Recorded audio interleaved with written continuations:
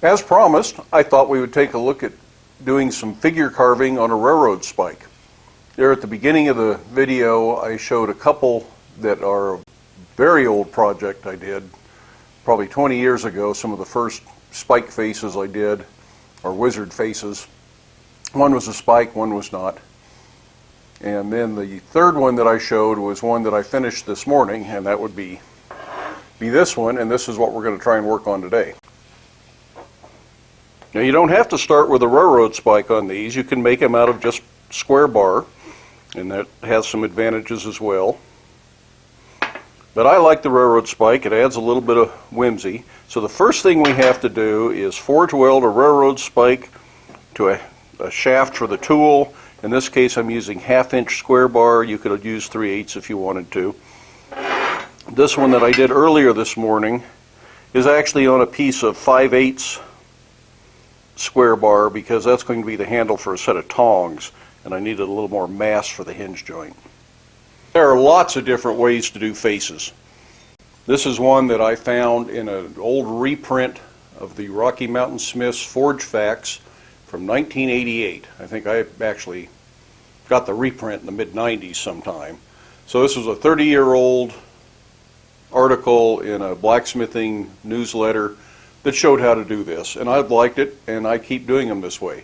But there are many other ways you can create the face, and like I say, you don't have to use a railroad spike. You can do it on plain steel. I've seen them done in flat bar. So don't be limited by what I'm going to show you. This is just one approach to it, and it's something I'm doing for a project. This will be a set of fireplace tools, and this will be the handle, which is its own special considerations, and I'll talk about that as we do the face. But the first thing, we got to do the weld. This is the exact same weld we did on our forge welded tong blank, welding the reins to the jaw of the tong. That video was just a couple of videos back, so if you didn't watch it, that'll be a more instructional video on how to do the forge weld. But basically, it starts with a scarf, and the scarf starts with an upset.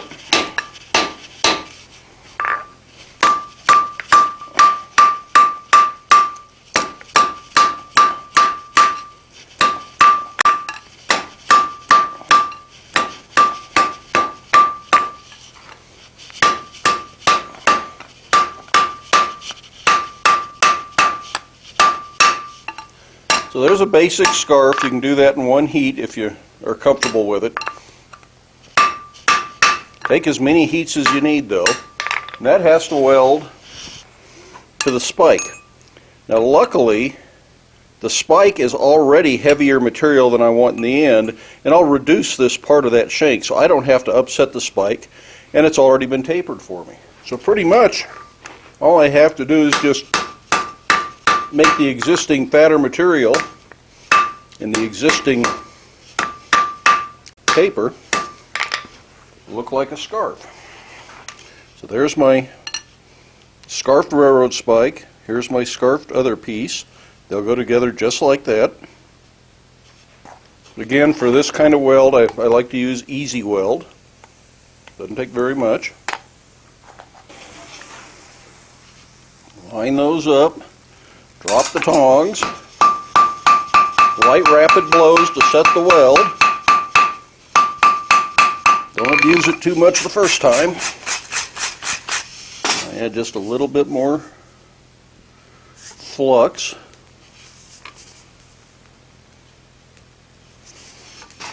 And back in the fire. And I'm going to work the scarf on one end. Again, more light rapid blows and then heavier blows once you're sure it's done.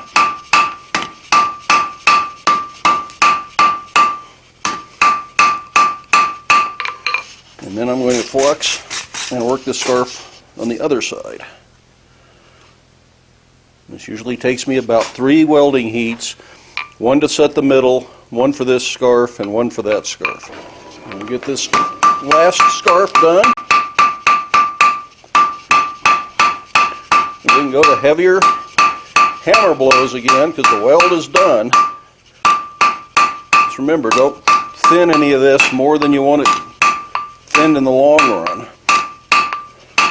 although I am going to neck this down so the 5/8 inch spike becomes closer to the 1/2 inch square bar. And for that, we're going to use the power hammer. Bring it back up to a welding heat first though, because we're going to be refining that weld just a little bit more. The weld's good, but it's better to refine the weld at a welding heat. I know I want to step this off at 5.5 inches. So I've got a hook ruler marked for that.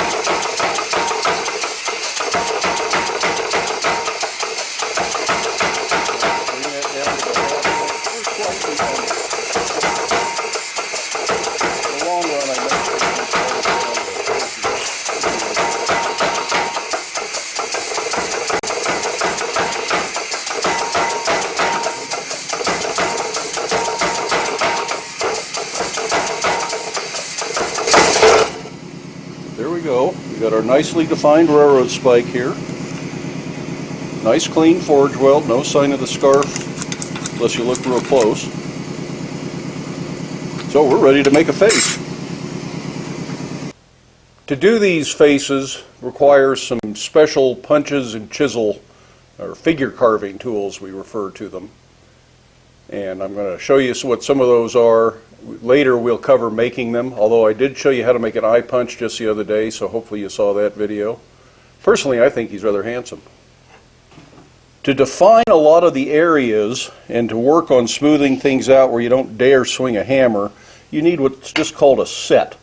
This is based on a set hammer, which is a handled tool, but this is referred to as a hand set. It's just a square end, flat across the bottom, with slightly radiused edges so you don't leave sharp gouges in there.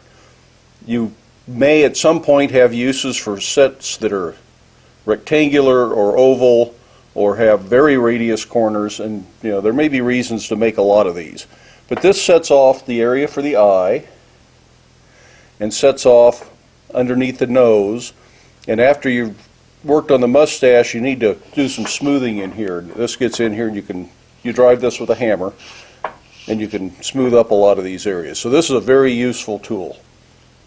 You could make one just out of a piece of 3/4 inch square bar. It's going to be a lot better if it's hardened, but 3/4 inch tool steel and harden it and you don't really have to do anything else to it. When it comes to the eyes, you'll need an eyeball punch. And this is the one we did the other day, but it is not the one I used on this. This one's a little bit teardrop shaped, so you have to turn it and use it left side and right side to get the eyes right. And depending on whether you kick it up or kick it down, you'll get a whole different facial expression.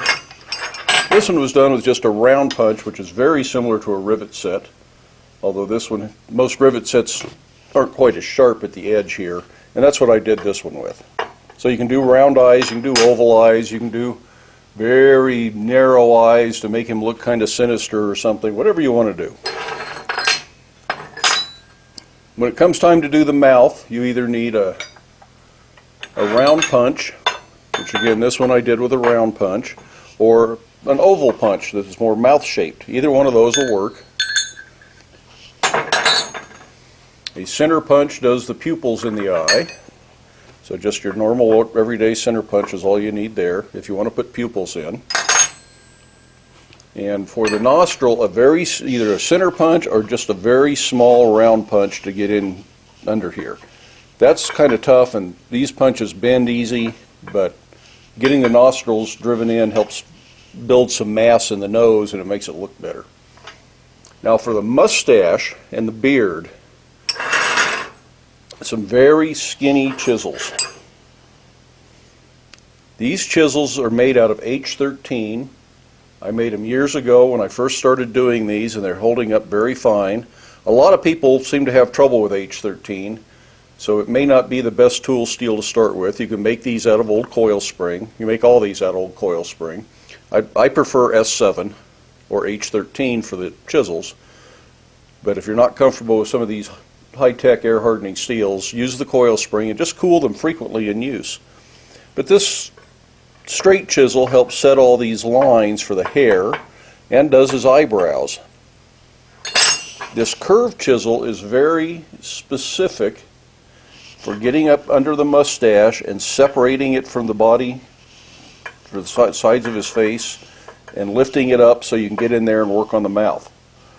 And then you can do all sorts of different things with the Mustache. This one's a little bit dinged up after doing this, so I'm going to sharpen the chisels and clean up the punches before we go to work on this. But there are other tools that might be useful. You can make eyeball punches in different sizes. Sometimes just hand fullers can be useful. I didn't use them on this, but they're a very handy tool for this kind of work. A little side set or butcher tool that's handheld can help define around the beard. Again, not completely necessary, but it can be a useful tool. And these have just been tools I've been making over the years. Most of them were made at different times. They're certainly not a matched set. And just a small regular chisel. A lot of these you may already have if you've been making your own tools. If not, you're going to need to make some before you can try this. Well, it is certainly possible to do a lot of this at the anvil. It is very helpful if you can lock it in the vise.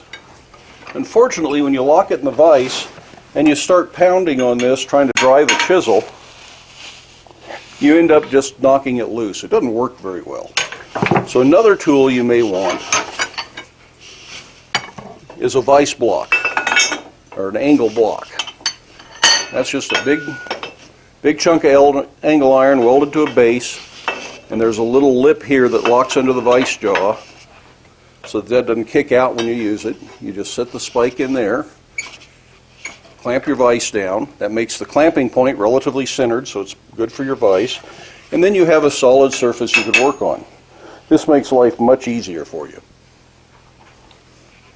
Now, there may have been some tools I forgot to mention, but we'll talk about those as we need them if we find a need for them.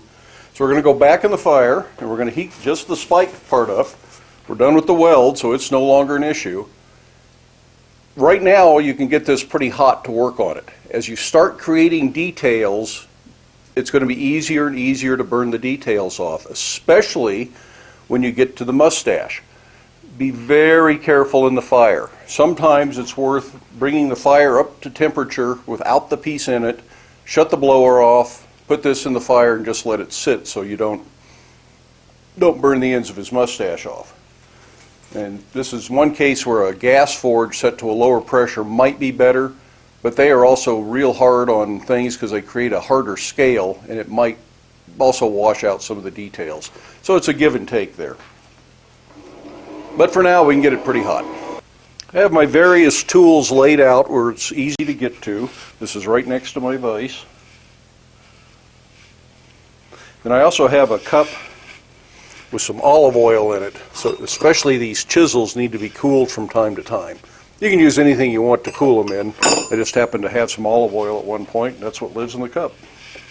I am sure there is nowhere that I can work here that I won't eventually be in the way of the camera. So I apologize in advance.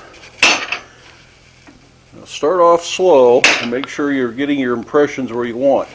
What I'm doing right now is using the hand set to create eye sockets. And right now they're going to be kind of angular, but a lot of this does get better as we go. It'll change some. This will take several heats. I'm probably not going to show you every heat.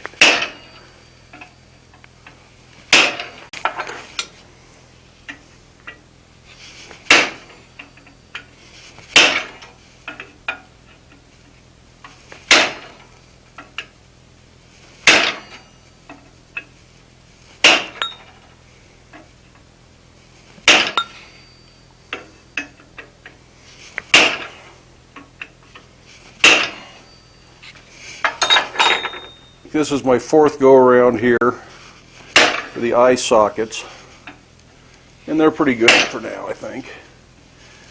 Now, the way you tip the chisel is going to affect this some too. If you rotate it down here, you can get a longer nose, and tipping it in and out this way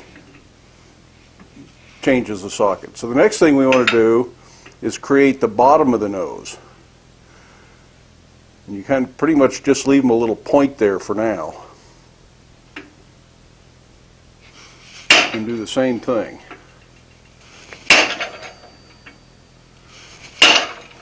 Right? just give one hit at a time and then look at it and make sure I'm getting what I want.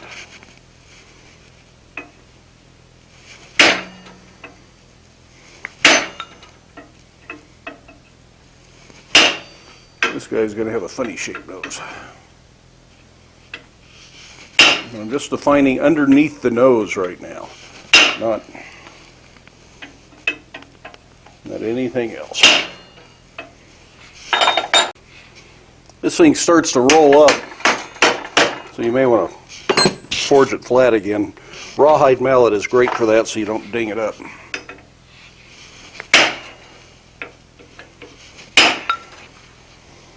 This is pretty well done. These railroad spikes can be tough to forge because they're an alloy steel. They're not just mild steel.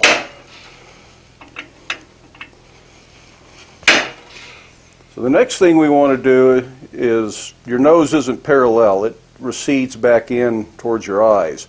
So we're going to use the same tool and forge a bridge of the nose down there. And then we're also going to take out underneath, because your nose sticks proud of your face, so we've got to push all this material down. As you can see, that is starting to have human-esque features. So you can already see eyes and a nose there. Just kind of define the nose and underneath the nose, and work back and forth a little bit if you need to keep everything looking just like you want it. But that's pretty good. I think the next thing we're going to do is put some eyes in him and some nostrils. Got to be able to see, got to be able to breathe. Now you can use a hammer here if you're sure your aim is good. That's the advantage of the set tool, is you can put it right where you want it, set it right where you want it. Might be where it got its name. And then you can hit it with a hammer.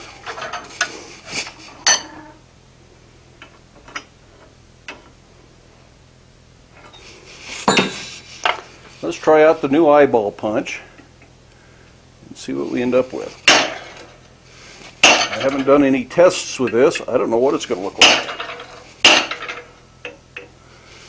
Again, this may take several heats to get an impression we like.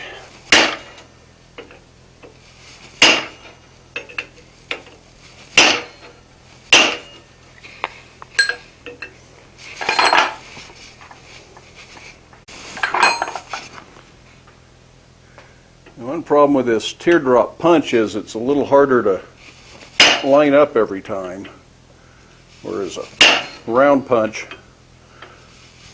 pretty much goes in the same way no matter how you do it.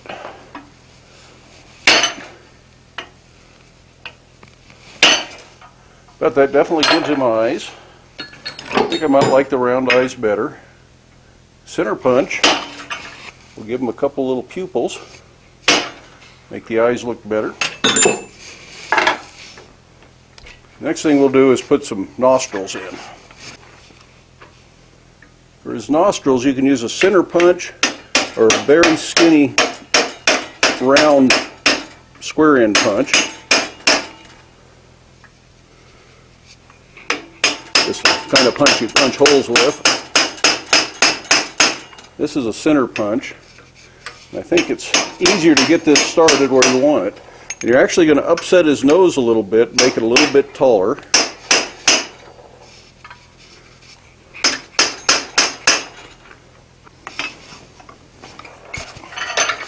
So I think I will follow up with the little round punch. This is about a 3/16 round punch. 1/8 inch would be better, but boy, it's easy to bend an 1/8 inch punch. I'm going to stay fairly parallel with the stock, which is also very hard to do. Just do the best you can. But that gives him some nostrils. Now he can breathe. So next we're going to define his mustache. We'll use this straight chisel and we'll just make a couple of V cuts and define where his mustache will go. But each step, it looks more and more humanish. So starting in the middle, I'll cut down at an angle. Try and keep it symmetrical on both sides.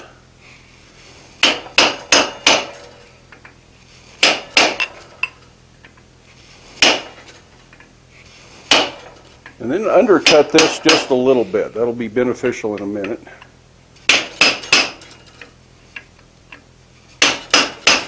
That just defines where the mustache will be.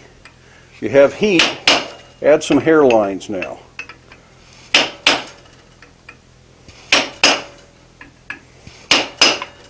This is much easier to do now than it will be later.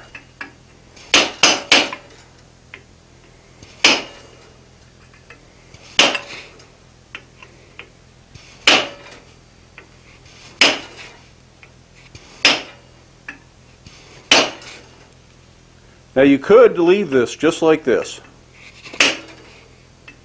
Absolutely no reason you have to lift that off of there, but I'm going to cut underneath it and we're going to lift the mustache up away from his face. So we're using this kind of delicate curved chisel. This is the one I made out of H13, so it'll put up with this kind of heat. I'm going to try and not go too deep. It's really easy to go way too deep, so if you try real hard, you'll still be deeper than you want to be, but it won't be too bad.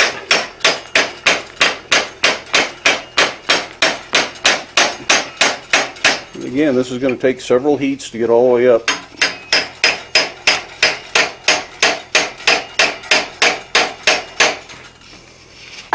And cool that off regularly, even though the H13 doesn't need it as bad as some steels.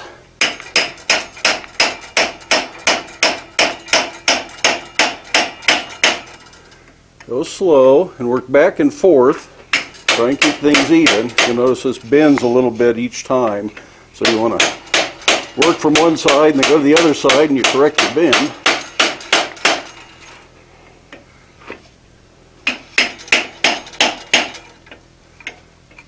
The other thing is, when you go back to the fire, make sure you don't burn the mustache off. This thing will want to burn real easy at this point.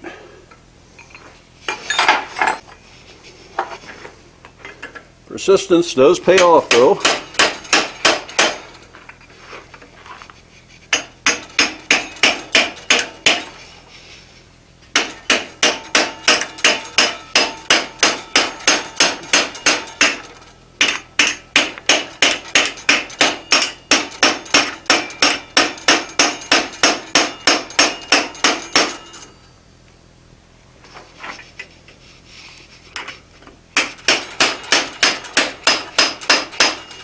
Not quite there yet, but we're getting there.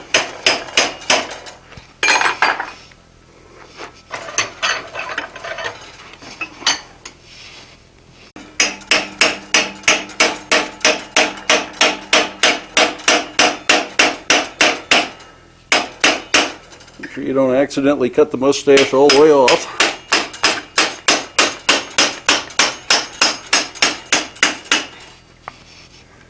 You can kind of tap this up from the bottom with the hammer.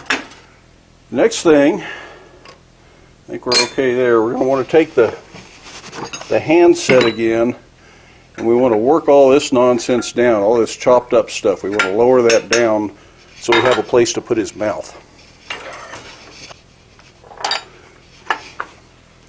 So I'll just put that corner up there between his mustache.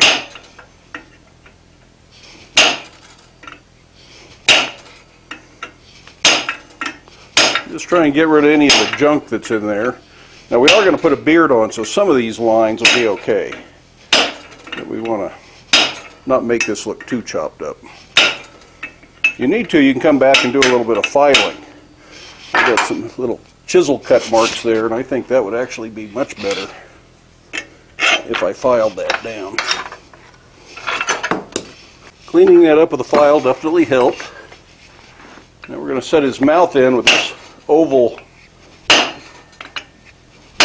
punch here. You can make it round. Doesn't really matter.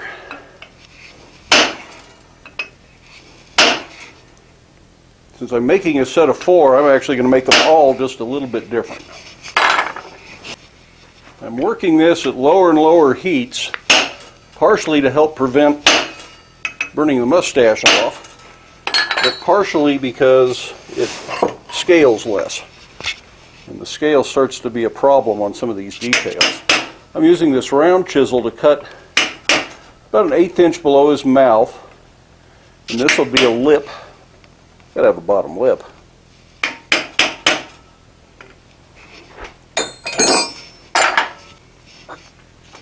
Now I want to make that lip stand out. I'll use this little butcher, or my friend Scott calls it a deer foot. But it's kind of straight-sided, and then it curves away on the other side, and it helps create the impression of some depth. So that's the tool. At least that's what you call it when you're carving with it. This one is really a chisel of some sort, a cape chisel maybe. Very simple one.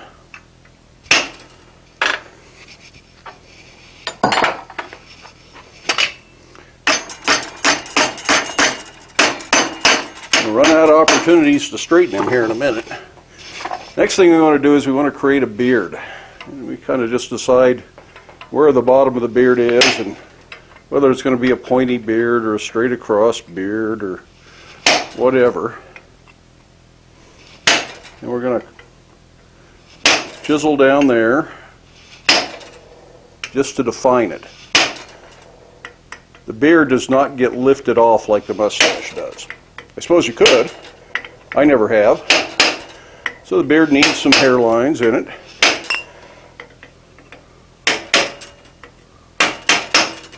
Need to come up just below that lower lip, but don't split his lip.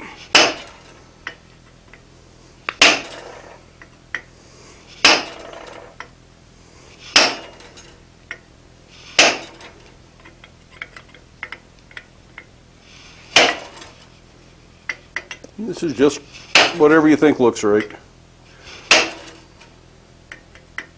Probably better to do too little than too much.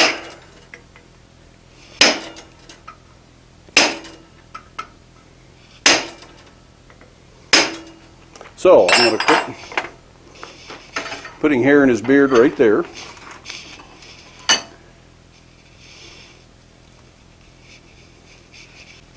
Now I'm going to define the lower edge of that beard just a little bit better with the butcher.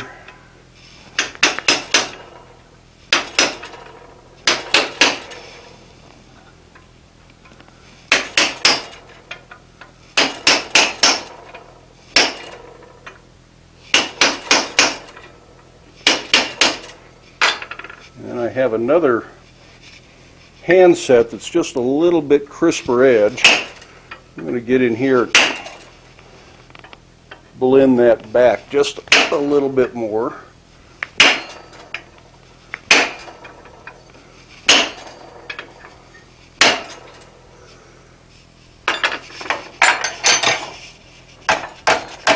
And I suppose he could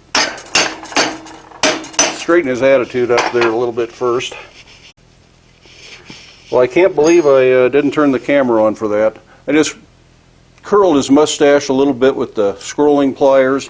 Then I used a rawhide mallet and I set the mustache down.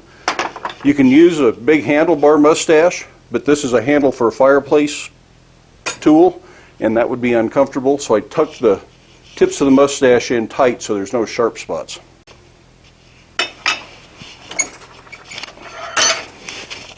Now, I think the very last thing, we're going to give him some kind of bushy eyebrows.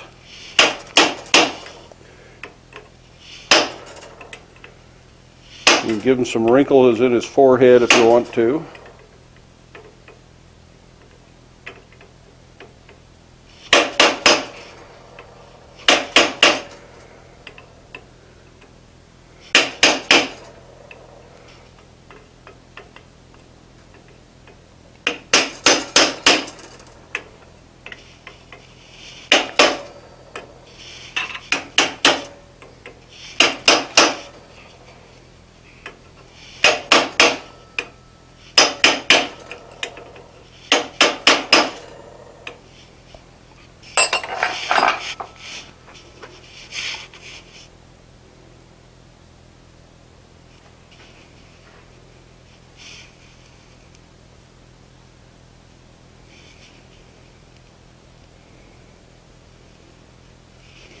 So that's pretty much it. He needs a good wire brushing. Maybe a little bit of work with a brass brush if you want him to have golden whiskers. But other than that, he's done. A little bit of paste wax. So here's the one I did earlier today. And he has had some bronze brushing on his mustache and beard while it was still at a black heat. It's just enough heat to rub some of the bronze off, not melt it, just rubs off. And he's had Johnson's paste wax just like everything else has. This is the one we just did.